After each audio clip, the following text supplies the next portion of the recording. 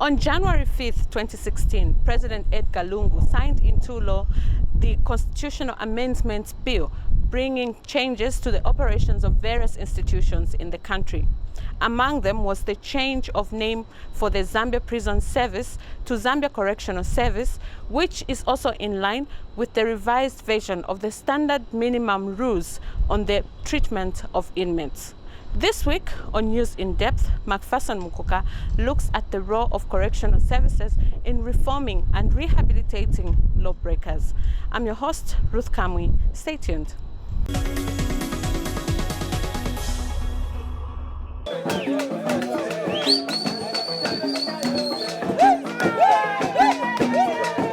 They keep themselves busy to keep them going, because being behind bars is not easy. Beating the malimba instrument, which produces a traditional musical tune, has made them temporarily forget about their incarceration, as they wiggle their waist to a short-lived moment of freedom. These are inmates of Nyango Correctional Facility in Kaoma District in Western Province. They are part of the over 20,000 inmates confined in various correctional facilities in the country. Today, their excitement is not a true reflection of what happens behind the long walls that separate them from family and friends. Zambia has 90 correctional establishments made up of 54 standard facilities, including 1 juvenile reformatory institution and 36 small open-air correctional farm facilities. The Katombora Reformatory Facility in Livingstone is devoted solely to juveniles. Women are also confined in separate sections of additional facilities throughout the country. Of significance is the correctional facility in Kabwe, Central Province, which is entirely dedicated to women. Being kept in a secluded place, devoid of a number of human rights, is the most worrying thing by any person outside the walls of a correctional facility. The poor living conditions in the facilities, characterized by congestion, is one of the most common tales of ex-prisoners and providers of legal services. Almost all the 54 major correctional centers in Zambia, almost, if not all of them, were left by our colonial masters. So you can see that the governments before Mwanawasa MMD did not pay attention to both officers, inmates, and the infrastructure itself. The facilities are old, there's need to modernize them, and those that are being constructed should be constructed in such a way that a number of the things that we are crying for will be available. There's just hardly any space for even the officers that are working in the facilities to do a few other things that would require confidentiality or privacy with regard to the inmates. Correctional facilities are places of confinement for lawbreakers. The initial concept of imprisonment in many societies is hinged on punishment of the lawbreakers. The reasons are actually 3. 1, the retributive, that they should go and till the land, do their hard labor, produce enough corn for themselves and the state which they have actually offended. The other one is deterrence. So if you have heard of long sentences, including death penalty, to deter would be offenders, scare the people. Those who are involved in capital offenses or felonies are given life sentences or long sentences to scare the rest of the people. The third one, which is actually connected to our workers CSOs supplementing Zambian government, is rehabilitation. After many years, it became evident that imprisonment and punishment did not change the inmates into better citizens. Hence, prison authorities in some societies changed the use of punishment to rehabilitation of prisoners in order to enable them to reintegrate successfully into society upon release from prison. The concept of rehabilitation included correctional services or reformation of inmates through education and skills development. On 17th December 2015, a revised version of the standard minimum rules were adopted unanimously by the 70th session of the UN General Assembly in Resolution A70 of 175.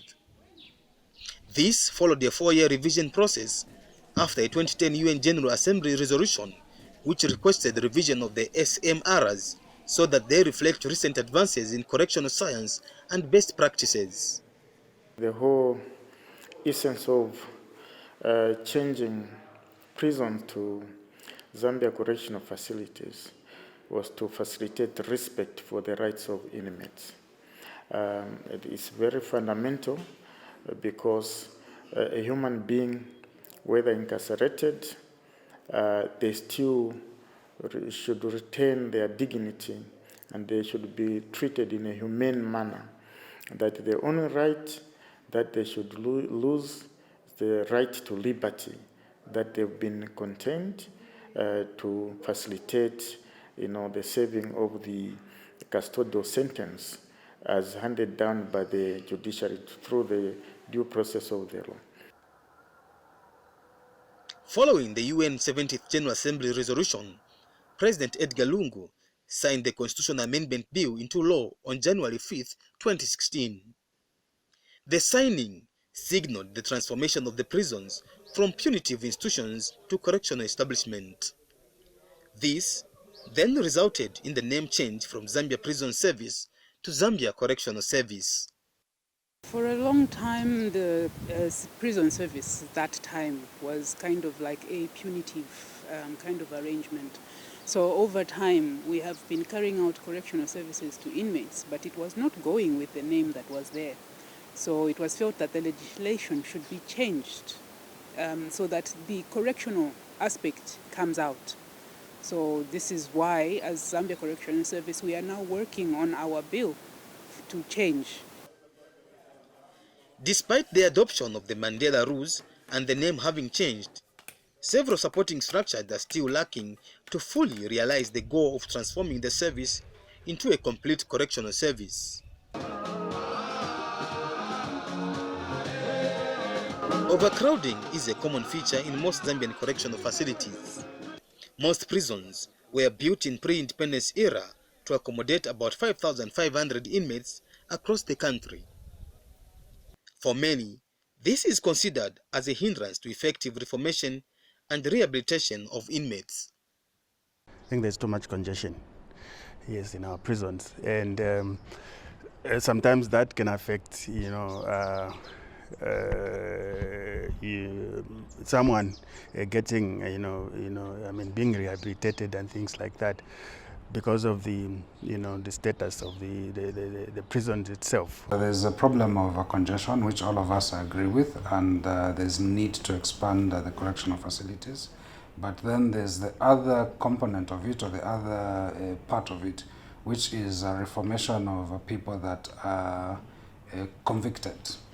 And that is something that all of us desire to see happen, and happen in a way such that when the inmates come out of the facilities, they are reformed and integrated back into society, and they lead productive lives. Overcrowding leads to worsening of conditions in correctional facilities. It can also spread diseases, generate violence, and fuel human rights violations.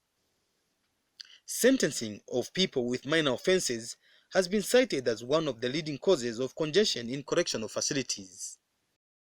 We are advocating for non-custodial sentences where people can be sentenced to community service, for instance, without necessarily imprisoning people or taking them into detention. Because we have so many, persons who are, detained. Overcrowding is a serious challenge. You find that, in some cases, such as, for instance, Lusaka, correctional facility, which was meant for 300 inmates. We find on a day we have got 1,400 inmates. The Legal Aid Board feels that inmates who commit minor offenses, such as shoplifting, should be sentenced to community service or non-custodial sentences. The board is of the view that this would help decongest correctional facilities.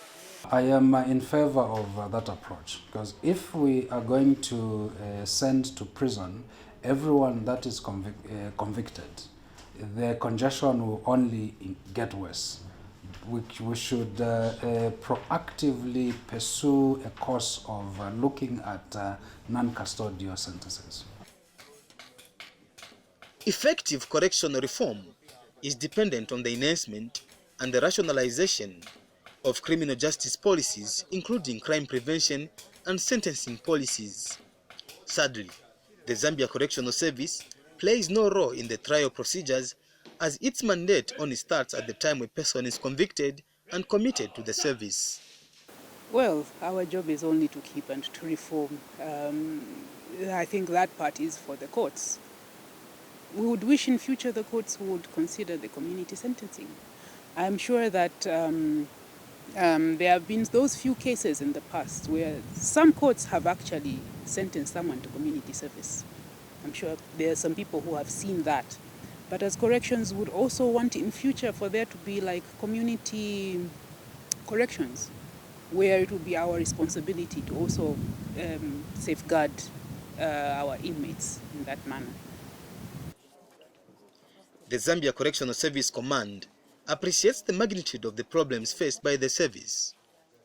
To control overcrowding, the focus is now more on rehabilitation and building of new correctional facilities. With overcrowding, we are trying as much as possible to decongest our facilities by opening up what we are calling open air prisons. But we have some new facilities that were done over the years. We have Luingu, Kalabo, Monze, the new Mwembeshi, though they are not enough. At the moment, there are 2 ultra-modern facilities being done in Mwembeshi that are going to take in the numbers that are in Lusaka. So we are trying as the Correctional Service to do that, and also there is the prerogative of mercy that the President exercises. So those are all the methods that are being used to help with the decongestion. Their efforts have not gone unnoticed. This is the first government that has finished or built new 4 modern correctional centers. In 2013, they finished the project here called Mwembeshi Maximum B, 2013. And that project was left by UNIP. They started building that Mwembeshi Maximum B in 1976. You can imagine, only to be finished and completed by the PF government in 2013. We have seen that the construction of correctional facilities has taken a modern shape. We have now this well-ventilated lighting system, very spacious, which are conducive for human habitation. That is very critical to this transformation agenda, because we want inmates to feel they are treated in a humane manner, that society cares for them regardless of what offenses they may have committed against society at large. The Paralegal Alliance Network, PAN, shares a similar thought with PRISCA and the Human Rights Commission. PAN believes that having well-ventilated and modern correctional facilities can help create a conducive environment for effective rehabilitation and reformation of inmates. Someone would have a peace of mind, to even think of, reforming and things like that. But also, I think things such as, counseling services by the prison service itself.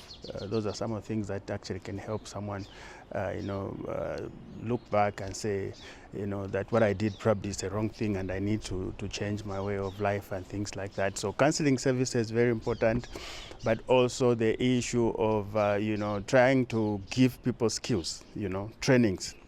So if a prison service can, which I know like in our Zambian situation, actually, I think there are a lot of trainings that are being offered to prisoners or inmates in the correctional facilities.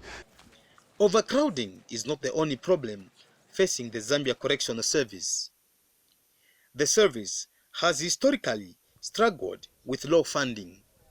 Underfunding cuts across the mainstream correctional service administration and is said to be the root cause of many problems in the correctional service. However, It is worth noting that the challenges facing the correctional service are not unique to Zambia alone. Many countries on the African continent face similar challenges. For instance, in Ghana, overcrowding and inadequate funding are also common. The prison system is in such a deplorable state that day in, day out, prisoners are being subjected to very inhumane prison conditions. In Zambia, there have been widespread reports of inmates supervising their fellow inmates due to low staffing levels. The Human Rights Commission feels the practice undermines the core purpose of having reforms and has called for adequate human resource reinforcement in the service. We need a lot of investment in the Zambia Correctional Facilities, financial support, human resource, adequate and well-trained human resource, which will be up to that transformation agenda, a task. Because at the moment we have very limited officers who are managing these correctional facilities. As a result, in some instances, we have seen that they are relying on inmates to manage these facilities, for instance, to maintain law and order. There's the traditional so-called captains in these correctional facilities. But the Legal Aid Board feels there is nothing wrong with an inmate supervising other inmates provided he or she does not abuse his or her powers. You need to have someone that will be accountable for what is happening in any given setup, formal, informal, or whatever it is. What may be a problem is where the so-called captains begin to abuse their fellow inmates. So there has to be a check on what the captains are doing by the officers or the wardens.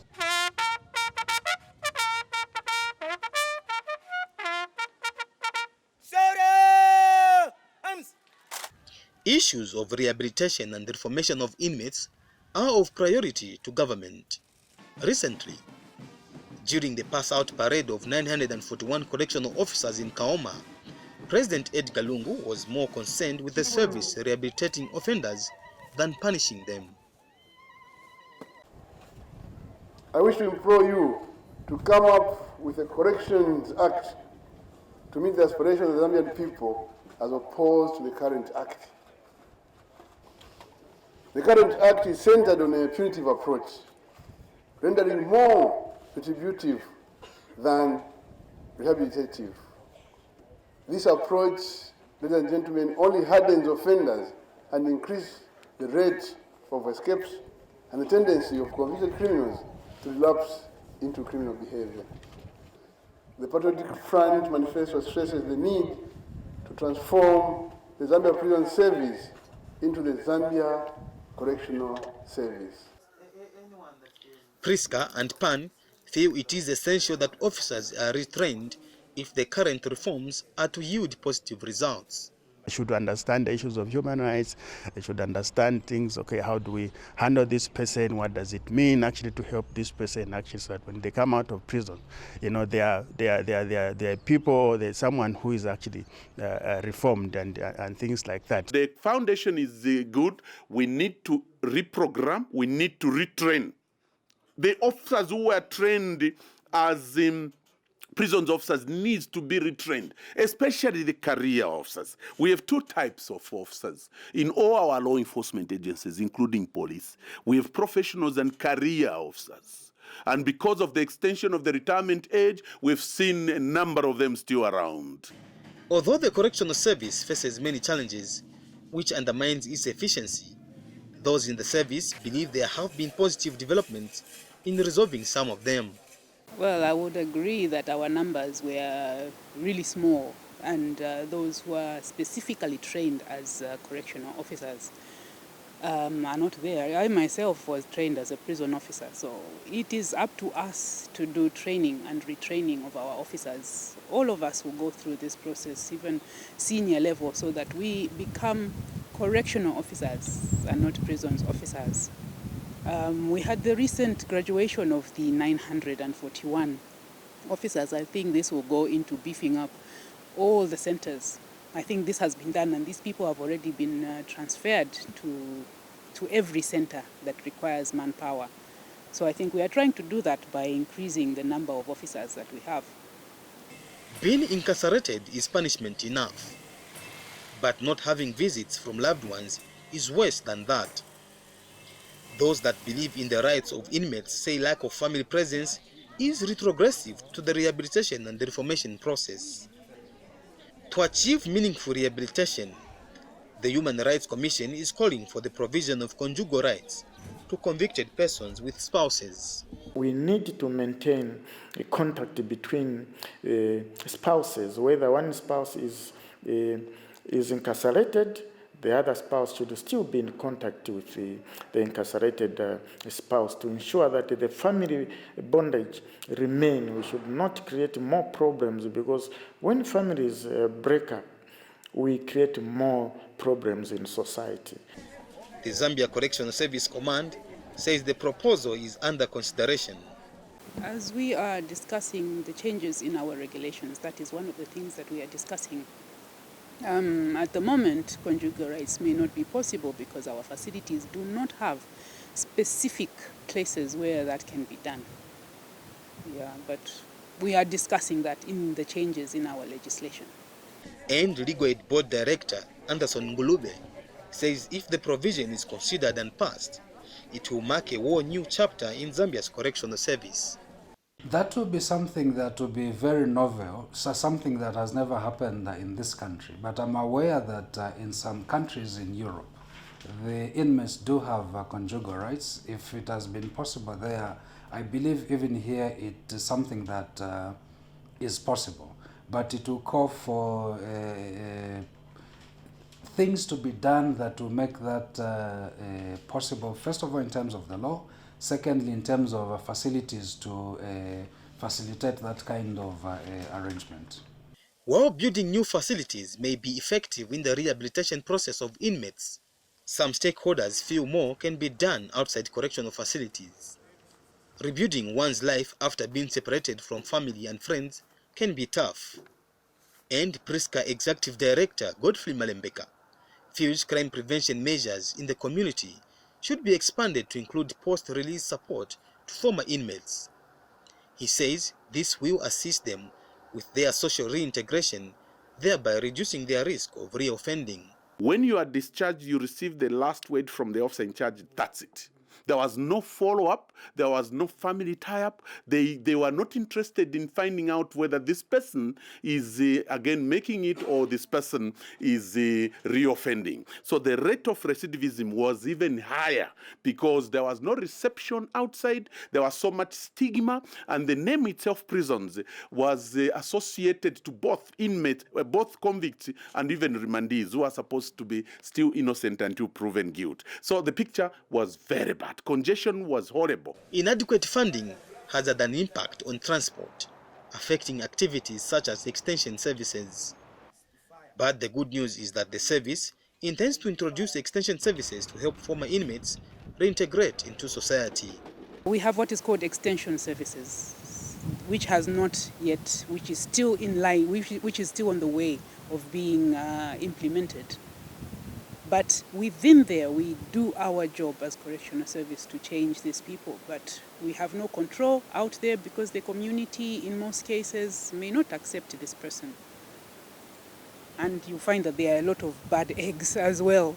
They may pretend, in as much as we provide this service to them, but they may pretend, and especially if they meet with some rejection out there in society, they'll go and commit a crime and come back again. With the Zambia Correctional Service working towards making conditions better for inmates, it feels it is on the right trajectory in fulfilling the standard minimum rules as adopted by the 70th session of the UN General Assembly in 2015.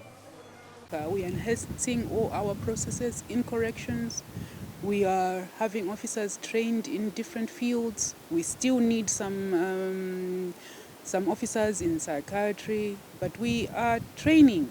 And officers themselves are very enthusiastic because they are taking themselves to school so that we have the right cadre of officers that can deal with all the issues of inmates. from the time the inmate comes into our facilities until this person is released. We really want to do a good job. Being incarcerated is punishment enough, but being subjected to humane custody and quality correctional services can help a great deal in making inmates become better citizens after they leave correctional facilities.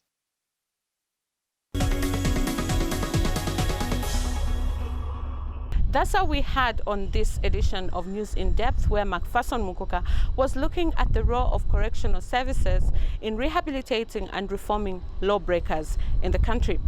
Join us next week at the same time when we bring you another interesting edition where Efim Pande will be looking at maternal health. I've been your host, Ruth Kamwi. Bye for now.